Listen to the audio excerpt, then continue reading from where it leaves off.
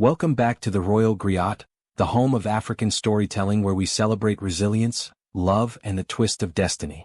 Thank you to our loyal subscribers for your constant support. You are the heartbeat of this channel. Before we dive into the drama, pause for a second and drop a comment below. Where are you watching from today? Represent your flag. Now let's step into the mansion. The sound of shattering porcelain echoed through the hallways of my mansion in East Legon like a gunshot. I didn't even flinch. I just tightened the knot of my silk tie, staring at my reflection in the mirror. My name is Kwame Mensah. To the outside world, I am the Titan of Accra, the man who turned a small construction firm into a global empire.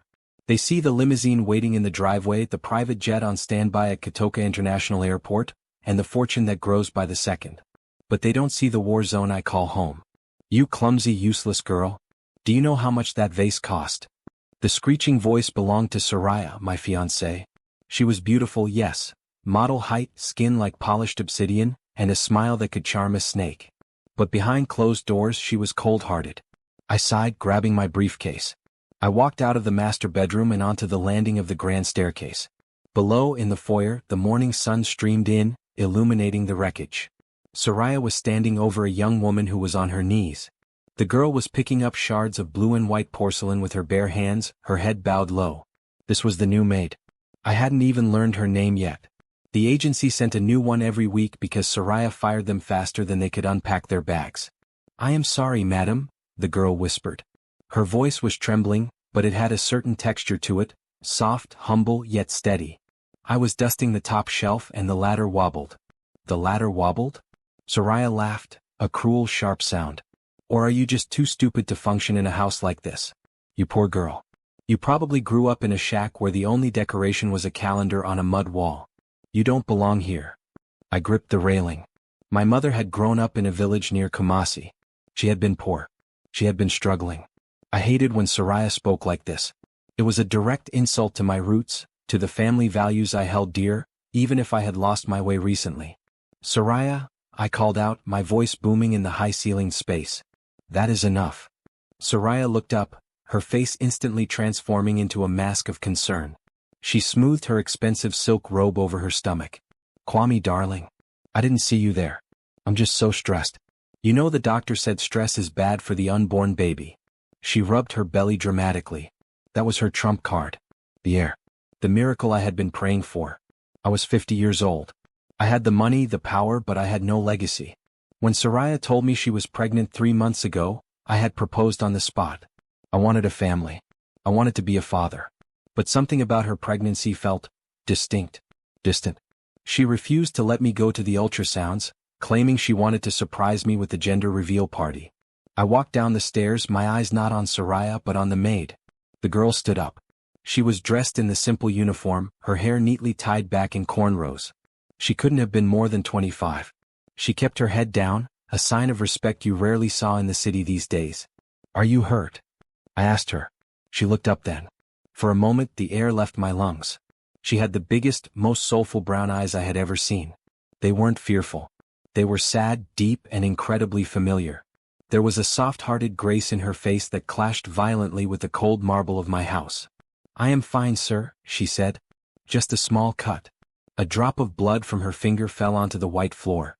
"Get out." Soraya snapped, stepping between us. "Go to the kitchen and bandage that filth before you bleed on my Italian tiles. And don't think you're getting paid for this week. That vase is coming out of your salary." The maid didn't argue. She didn't beg. She simply nodded, picked up the tray of broken glass, and walked toward the kitchen with a dignity that made Soraya look small despite her millions. "You need to relax," I told Soraya, checking my watch. I needed to get to the boardroom. A merger was happening today, a power struggle that required my full attention. "Stop terrorizing the staff. It's bad luck." "I'm protecting our home, Kwame," she hissed, walking up to fix my lapel. "These people, they are struggling, they are homeless, and they are jealous. They want what we have. You are too trusting. You need a shark like me to keep the gate." She kissed my cheek but her lips felt cold. "Go make us more money, darling. I have a wedding to plan." I walked out to the driveway where my driver, Kofi, held the door of the SUV open. As the car pulled away, navigating the busy streets of Accra, passing the hawkers selling plantain chips and the colorful trot roast blasting high-life music, I couldn't get the image of the new maid out of my head. Why did she look at me like that? Like she knew me? Like she pitied me? My day at the office was a blur of contracts and handshakes, but the emptiness in my chest remained. By the time I returned home, it was dark. The house was quiet. Too quiet. I walked into the kitchen to get a glass of water, bypassing the staff service. I like to do things myself sometimes. It reminded me I was still human. The lights were dim. I saw a figure sitting at the small wooden table in the corner of the pantry, illuminated by the glow of a single bulb. It was the maid. She was eating plain bread and drinking tea. She had a small notebook open and was writing furiously. "I didn't mean to startle you," I said softly. She jumped, nearly knocking over her tea. She stood up quickly, closing the notebook. "Master Kwame, I apologize. I was just taking my break." "What is your name?" I asked, leaning against the granite counter. "Abena, sir." "Abena?" I tested the name. It meant Tuesday born. My mother was a Tuesday born. "Abena, about this morning?" "Soraya can be difficult." "I apologize." Abena looked at me, and again that intense, soulful gaze pierced me. "You do not need to apologize for her, sir. A man is not responsible for the thunder, only for the shelter he provides." I blinked. That was a proverb my grandmother used to say. "You speak with wisdom for someone so young." "Wisdom comes from suffering, sir. Not age." There was a mystery here. A mysterious stranger in my own kitchen. "Why are you here, Abena? You seem overqualified to be scrubbing floors." She hesitated. Her hand went to the pocket of her apron, clutching something tightly. "I am here because I have a debt to pay, sir. And because I believe in destiny." "Destiny?" I chuckled, a bitter sound. "Destiny has played a cruel joke on me, Abena. I have everything, yet I have nothing." "You have a child on the way," she said softly. I nodded. "Yes, my heir. It is the only thing keeping me going." Abena's face changed. A shadow passed over her features. She looked down at her hands. "Sir, sometimes what we see with our eyes is not the truth. And sometimes the people closest to us are the ones wearing the mask." "What are you saying?" My voice hardened. Was this the jealousy Soraya warned me about? Before she could answer, the kitchen door swung open. Soraya stood there, wearing a silk nightgown, her eyes blazing with fury. "I knew it," she screamed. "I knew I would find you here." She wasn't looking at me. She was looking at Abena. And for the first time I saw genuine fear in Soraya's eyes. Not anger. Fear. "What are you doing talking to my fiancée?" Soraya marched forward, grabbing Abena by the arm. "I told you to stay out of sight. You are a thief. I checked my jewelry box and my diamond earrings are missing." "I didn't take anything." Abena cried out, wincing as Soraya dug her nails in. "Liar!" Soraya shouted. She shoved Abena hard. Abena stumbled back, hitting the edge of the table. Her notebook fell to the floor, sliding open to a specific page. Soraya's face went pale. She lunged for the notebook, abandoning her act of the aggrieved victim. "Give me that." But I was faster. I stepped on the notebook before Soraya could reach it. The atmosphere in the kitchen shifted instantly. The air became heavy with tension. "Kwame, move your foot," Soraya said, her voice shaking. "It's just trash. It's her dirty little diary."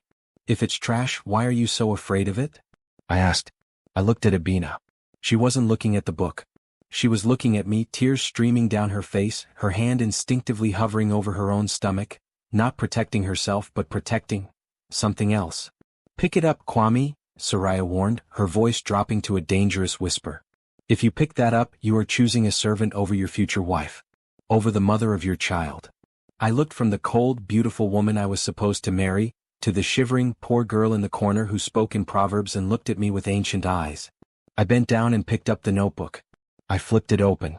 It wasn't a diary. It was a medical log. And taped to the page was a photograph. My blood ran cold.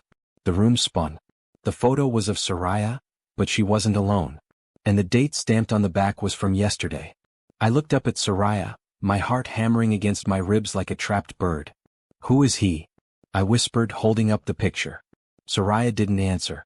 She just smiled, a wicked, cornered smile. "You really shouldn't have done that, Kwame." "Kwame!" Abena screamed. I turned just in time to see Soraya grab the heavy cast-iron skillet from the stove. The heavy cast-iron skillet sliced through the air with a terrifying whoosh. I didn't move fast enough. My feet felt glued to the floor by the shock of the photograph. But Abena did. "Master, move." She threw herself between me and Soraya. There was a sickening thud as the heavy iron connected with her shoulder, followed by a cry of pain that tore through the kitchen. Abena crumbled to the floor, clutching her arm, her face contorted in agony. The skillet clattered onto the tiles, cracking one of the expensive Italian ceramics Soraya loved so much. "You are insane," I roared, grabbing Soraya's wrists before she could strike again. The woman I had planned to marry, the woman carrying my heir, was panting like a wild animal. Her eyes were wide, dilated, and devoid of anything human. "She's ruining everything," Soraya shrieked, struggling against my grip. "She's a witch. She forged that book. She's trying to steal our happiness, Kwame." I shoved Soraya back against the refrigerator. "Stay there. If you move 1 inch, I will forget that you are a woman." I dropped to my knees beside Abena. She was breathing in shallow, ragged gasps. The shoulder of her uniform was already darkening with a bruise, but her hand wasn't on her injury. It was wrapped protectively around her stomach. Again that gesture. Protective. Instinctive. "Abena," I said, my voice shaking. "Let me call an ambulance." "No, no ambulance," she whispered, gripping my sleeve with surprising strength. They work for her. Dr. Osei, he is on her payroll." My head was spinning. Dr. Osei was the most prestigious OBGYN in Accra. He was our doctor. He was the one managing Soraya's pregnancy. "What are you talking about?" I asked, gentle but urgent. Abena used her good arm to slide the notebook toward me. Her eyes were pleading. "Read page 10, sir. Please. Before she destroys it." I looked at Soraya. She was no longer screaming. She was standing by the fridge, smoothing her hair, watching us with a cold, calculated look. She reached into her robe pocket and pulled out her phone. "Go ahead, read it," Soraya sneered. "Read the ramblings of a mental patient. I'm calling security to have this trash thrown out." I ignored her and flipped the notebook to page 10. It wasn't handwriting. It was a pasted copy of a contract. A surrogacy agreement. Illegal, off the books, and signed in a back alley clinic in Jamestown. Client, Soraya Boateng. Surrogate, Abena Owusu. Fee, 50,000 cedis upon delivery of healthy male heir. I felt the room tilt. The words blurred before my eyes. "Surrogate?" I whispered. I looked up at Soraya's stomach, the slight bump she had been flaunting for weeks. You aren't pregnant?" Soraya laughed. It was a dry, hollow sound. "Oh, grow up, Kwame. Do you think I would ruin my body? Do you know what stretch marks would do to my modeling career? I wanted to give you a child, yes. But I didn't need to be the vessel. You lied to me." I stood up, the notebook clenched in my fist. "You wore a fake belly. You faked the symptoms. You made me talk to a piece of foam. I did it for us." Soraya yelled, her mask slipping. "Does it matter where it comes from? It's your sperm, Kwame. It's your precious DNA. I just outsourced the labor to this peasant." She pointed a manicured finger at Abena. "She was supposed to stay in the village until the birth. But she got greedy. She came here to blackmail me. I came here because you stopped paying for the prenatal vitamins." Abena cried out from the floor, tears streaming down her face. "You stopped answering the phone. You left me and the baby to starve. I had to find work to feed your son." "My son." I looked at Abena. Really looked at her. Under the baggy uniform I could see it now, the curve of her belly. She wasn't just a maid.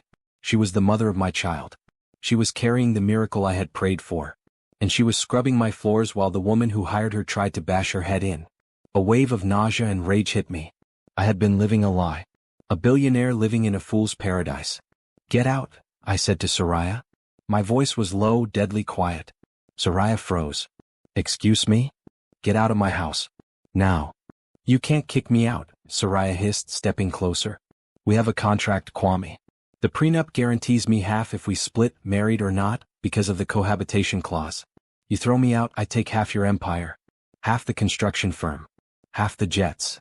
I don't care," I spat. "Take the money. Just get your face out of my sight before I do something I regret." Soraya's eyes narrowed. She realized I was serious. She looked at Abena, then back at me. A slow, poisonous smile spread across her lips. "Fine," she said, backing toward the door. "I'll leave. But remember this, Kwame. You might be powerful in the boardroom, but you know nothing about survival.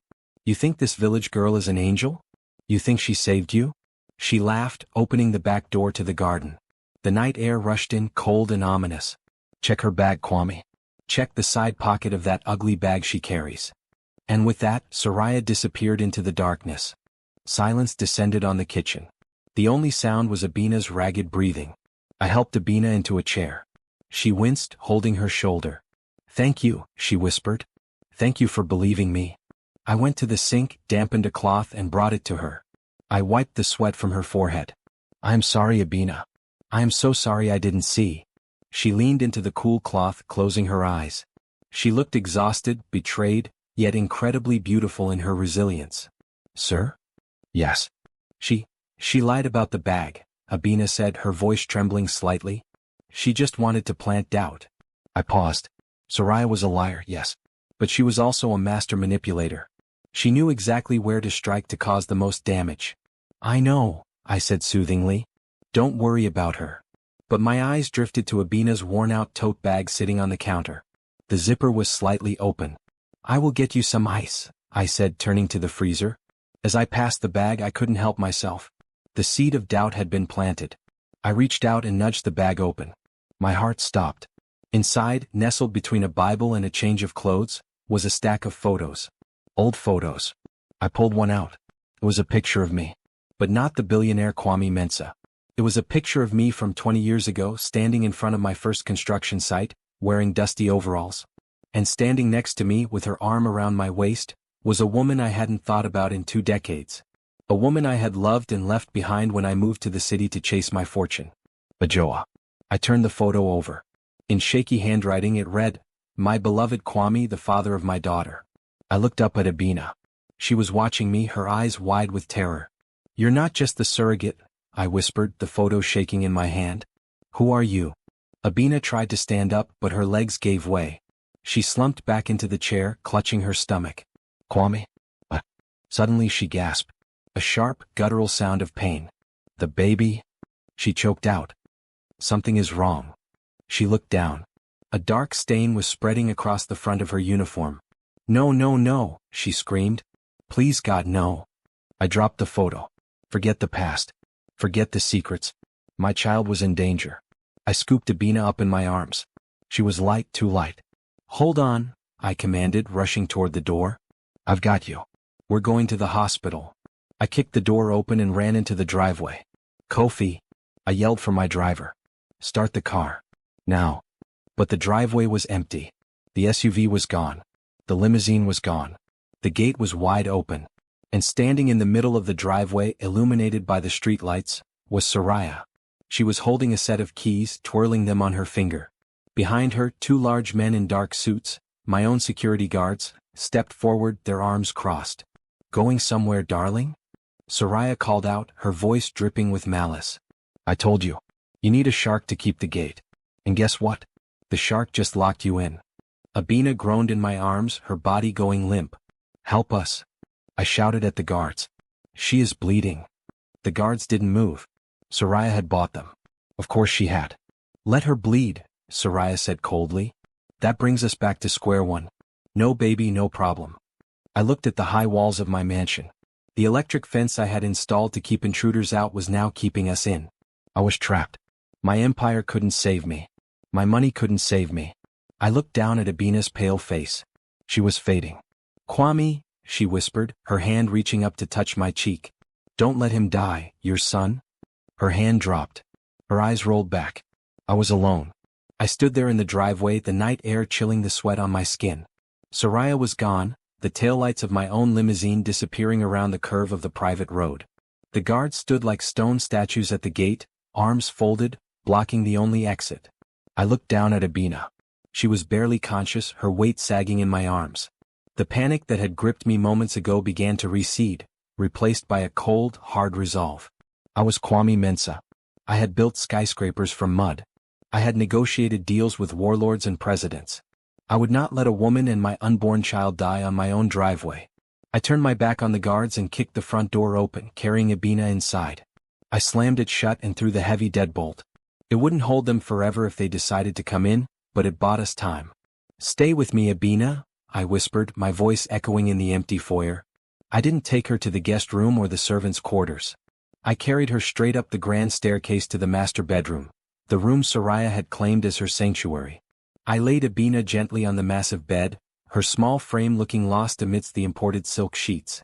she groaned, her hand tightening on my wrist. The baby? We are going to save him, I said, though I had no idea how. I ran to the adjoining bathroom and grabbed the emergency first aid kit I kept for travel. I also grabbed towels and a basin of water. When I returned, the lights flickered and died. Soraya. She had cut the power at the main breaker outside. The room plunged into darkness, illuminated only by the moonlight filtering through the sheer curtains. The silence was absolute, heavy and terrifying. Kwame? Abena's voice was a whimper in the dark. I am here. I pulled out my phone and turned on the flashlight. I propped it up on the nightstand, casting long, dancing shadows across the room. I knelt beside the bed. I wasn't a doctor, but I knew basic first aid from my days on construction sites. I checked her pulse, rapid and thready. I checked the source of the blood. It's not a hemorrhage, I muttered, more to reassure myself than her. It's the stress. The fall. I remembered an old friend, Dr. Mensah, a man who had stitched up my workers for free back in the day. I dialed his number, praying the signal wasn't jammed. It rang once. Twice. Kwame? Dr. Mensah's sleepy voice answered. It is 2 a.m. Mensah, I need you. It's an emergency. A pregnant woman, trauma to the shoulder, spotting, possible miscarriage risk.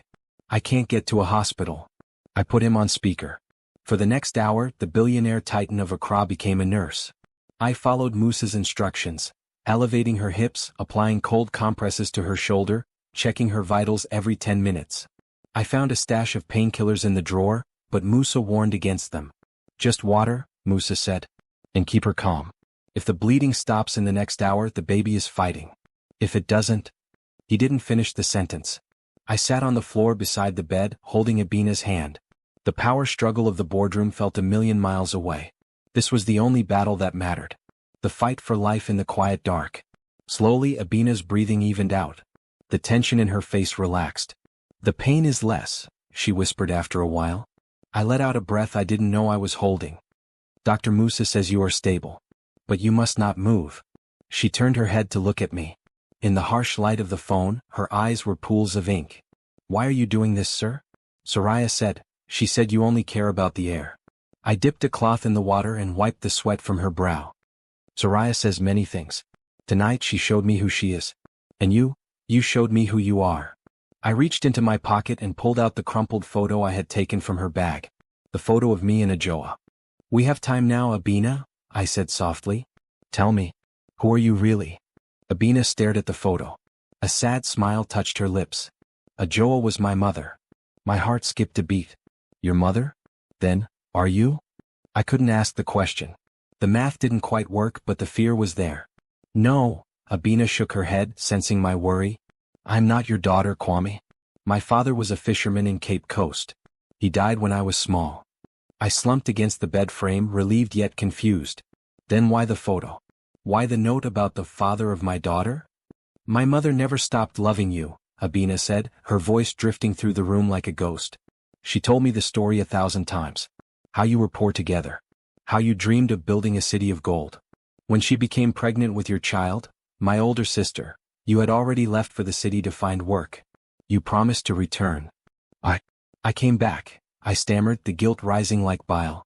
2 years later. But the neighbors said she had moved away. They said she was married.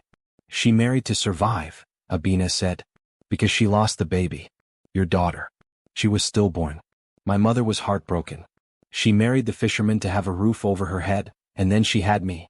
But she kept that photo under her pillow every night until the day she died last year. Tears pricked my eyes. I had a daughter I never knew. A daughter who died before she took a breath. And a woman who loved me until the end, while I was busy chasing money and cold women like Soraya. I am so sorry, I whispered. I didn't know. When she died, I found the surrogacy agency, Abena continued. I saw your name. I knew it was destiny. I wanted to meet the man who lived in my mother's stories. I wanted to help you get the one thing you couldn't buy, a child. I didn't know Soraya was evil. I just wanted to give you a piece of the family you lost. She squeezed my hand. Her palm was rough, calloused from hard work, but warm. It was the first honest touch I had felt in years. You risked your life for me, I said. You protected my son when I was too blind to see. I promised my mother, she said simply, that I would watch over you. For a moment, in the silence of that darkened room, the class divide between us vanished. There was no billionaire and Maid. Just a man and a woman, bound by a ghost from the past and a life in the future. I looked at her, really looked at her. She possessed a beauty that didn't need diamonds or designer clothes. It was the beauty of the earth, resilient and deep. "You need to sleep," I said, my voice thick with emotion. "I will watch the door." "Kwame," she murmured, her eyes closing. "Be careful. Soraya, she doesn't lose gracefully." I stood up and walked to the window, peering through the curtains. The driveway was still empty. The guards were still there, smoking cigarettes in the dark. It was too quiet. Soraya was a planner. She wouldn't just leave us here to starve. She would have a phase too. Suddenly, a bright light swept across the lawn. I stiffened. It wasn't a car. It was a drone. A small buzzing drone hovered near the balcony window, its red camera light blinking. It stared at me for a second, then zipped away. A moment later, my phone buzzed with a text message. Unknown number. "Surrender the girl and sign the papers or we burn the house down. You have 10 minutes. I looked back at Abena, sleeping peacefully, unaware that our fortress was about to become an oven. I couldn't fight them physically. I couldn't call the police. Soraya had connections there too. I had to be smarter. I looked around the room. My eyes landed on the walk-in closet. Inside was a hidden safe. And inside that safe wasn't just money. It was leverage. Files I had kept on my competitors, corrupt officials, and Soraya's father, a powerful judge. I had 10 minutes to turn this power struggle around. But then I smelled it. Smoke. They weren't waiting 10 minutes. The smell of smoke wasn't just a scent anymore. It was a physical weight pressing against my chest, stinging my eyes. The mansion, my fortress, my pride, the symbol of my rise from the gutter, was turning into a crematorium. I didn't panic. Panic is for men who have options. I had none. I ran to the walk-in closet, falling to my knees before the hidden floor safe. My fingers flew over the keypad. Beep, beep, beep. The heavy steel door clicked open. I ignored the stacks of cash. Cash burns.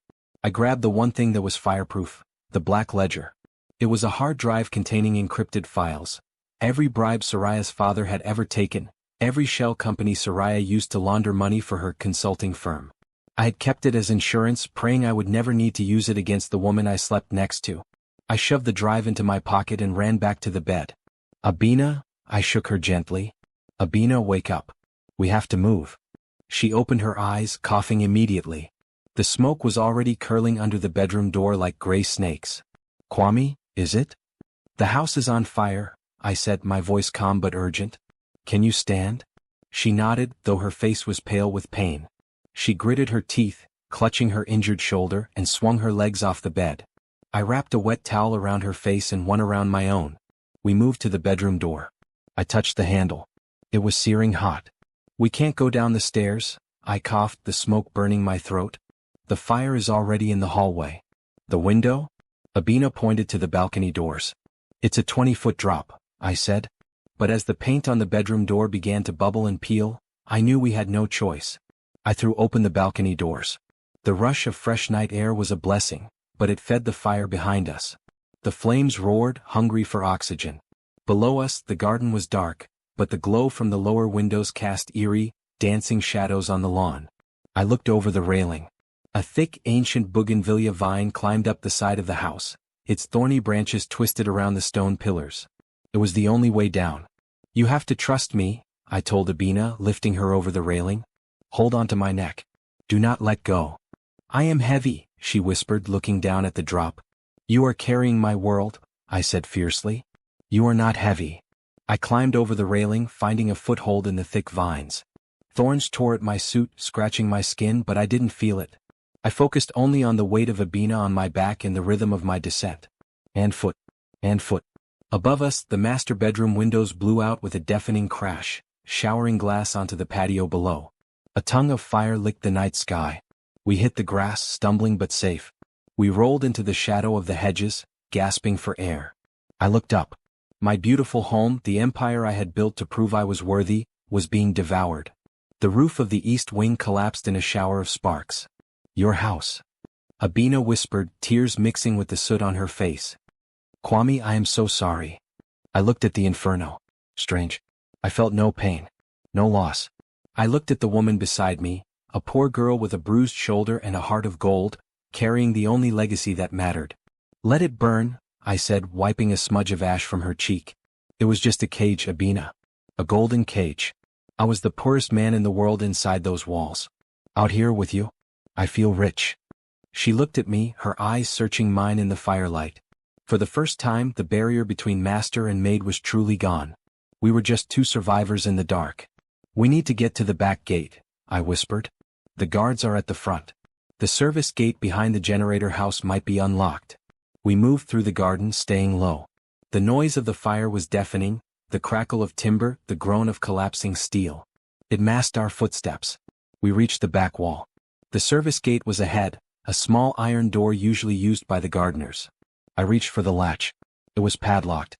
Damn it, I cursed, searching around for a rock, a tool, anything to break it. Kwame, Abena whispered, tugging my sleeve. I turned. Standing 10 feet away, illuminated by the orange glow of the burning house, was a figure. It wasn't Soraya. It was a man I recognized. Huge, scarred, wearing a suit that cost more than my first car. It was Soraya's father, Judge Boateng. And he wasn't alone. 2 armed police officers, men sworn to protect the law, stood behind him, their guns drawn and pointed at us. Kwame, the judge sighed, shaking his head. He held a handkerchief to his nose to block the smoke. My daughter has a flair for the dramatic, doesn't she? I told her arson was messy. A car accident is so much cleaner. I stepped in front of Abena, shielding her with my body. She tried to kill us, Judge. She tried to kill your grandchild. The judge laughed. Grandchild? That thing inside the servant girl? Please. That is a biology experiment. My legacy requires pedigree, Kwame. Not this. He gestured vaguely at Abena with disgust. Let us go, I said, my hand tightening around the hard drive in my pocket. I have the files, Boateng. The black ledger. I know about the port deals. I know about the bribes. The judge's eyes narrowed. The amusement vanished. I thought you might. That is why we are here, son. To tie up loose ends. He nodded to the officers. Shoot the girl first. Make it look like a robbery gone wrong. We'll say they set the fire to cover their tracks. No, I shouted. One of the officers raised his weapon. Abena buried her face in my back, trembling. I braced myself, ready to charge, ready to die if it meant buying her 1 second of life. Click. The gun didn't fire. The officer frowned and racked the slide. Click. What are you doing, you idiot? The judge snapped. Suddenly a siren wailed. Not the fire brigade. Police sirens. Dozens of them. Blue and red lights flashed against the high walls, drowning out the orange glow of the fire. A megaphone boomed from the other side of the wall. This is the Special Anti-Corruption Unit. Drop your weapons. We have the perimeter surrounded. The judge's face went white. Impossible. I own the police chief. Not this unit, a voice called out from the darkness of the garden. We all turned. Emerging from the bushes, limping but holding a phone high in the air, was a young man. It was Kofi, my driver. The man I thought had abandoned me. I didn't run, boss, Kofi shouted, panting. I drove to the cell tower to get a signal. I live-streamed everything. The fire. The threats. The confession. 50,000 people are watching right now, Judge. Including the president. The judge looked at Kofi's phone, then at the officers. The officers looked at each other, then slowly lowered their guns. They knew when the game was up. You fool, the judge whispered, looking at me with pure hatred. You have destroyed everything. No, I said, putting my arm around Abena, feeling the heartbeat of my unborn son against my side. I have just started building. The back gate burst open. SWAT teams poured in, shouting orders. The judge was thrown to the ground and handcuffed. I looked at Kofi. He grinned, giving me a thumbs up. But as the paramedics rushed toward us, Abena slumped against me. The adrenaline had worn off. Her eyes rolled back and she slid to the ground. Abena. I screamed, dropping to my knees. Abena. Stay with me. There was blood on the grass. Too much blood. The stress, the fall, the terror, it had been too much. Save the baby, she whispered, her voice barely audible over the chaos. Promise me, save him? Her hand went limp in mine. The world became a blur of white lights and screaming sirens. I don't remember the ride to the hospital. I don't remember the frantic voices of the paramedics or the way Kofi had to hold me back from charging into the operating theater. All I remember is the smell of antiseptic, sharper and colder than the smoke that still clung to my clothes, and the terrifying silence of God when you are waiting for a miracle. I sat in the waiting room of the teaching hospital, my expensive suit torn and covered in ash, looking less like a billionaire and more like a beggar. But in that moment I was a beggar. I was begging the universe for 2 lives. Mr. Mensah? I shot up. A doctor in green scrubs stood there looking exhausted. It was Dr. Musa who had met us at the entrance. The baby, I choked out. Abena? Abena lost a lot of blood, Musa said, removing his cap. The placental abruption was severe. We had to perform an emergency C-section. The room spun. And? It's a boy, Musa smiled, a tired but genuine expression. He is small, premature, but his lungs are strong. He is screaming loud enough to wake the ancestors. I let out a sob, collapsing back into the plastic chair. My son. My heir. And Abena? I asked, the fear returning instantly. Musa's expression grew serious. It was touch and go, Kwame. Her heart rate dropped dangerously low during the surgery. She is in the ICU. She is in a coma, but she is stable. The next 24 hours will decide everything. For 3 days I didn't leave her side. I didn't go to the office. I didn't answer the calls from my lawyers about the empire or the press about the fire. I sat in that plastic chair beside her bed, holding her hand, watching the steady beep of the monitor. I talked to her. I told her about the son she had saved. I told her about the weather. I told her the truth I had been too blind to see before. You have to wake up, I whispered on the 3rd night, resting my forehead against her hand. I can't raise him alone. I don't want to live in a world where the wicked get to speak and the good are silenced. Wake up, Abena. Please. As if hearing my plea, her fingers twitched. I froze. Her eyelids fluttered. Slowly, painfully, those soulful brown eyes opened. They were foggy, confused, but they found mine. Kwame, she rasped, her voice dry. I am here, I wept, kissing her knuckles. I am right here. The baby? He is fighting, I promised her. He is strong. Like his mother. A weak smile touched her lips. Is he beautiful? He looks like you, I said. He has your chin.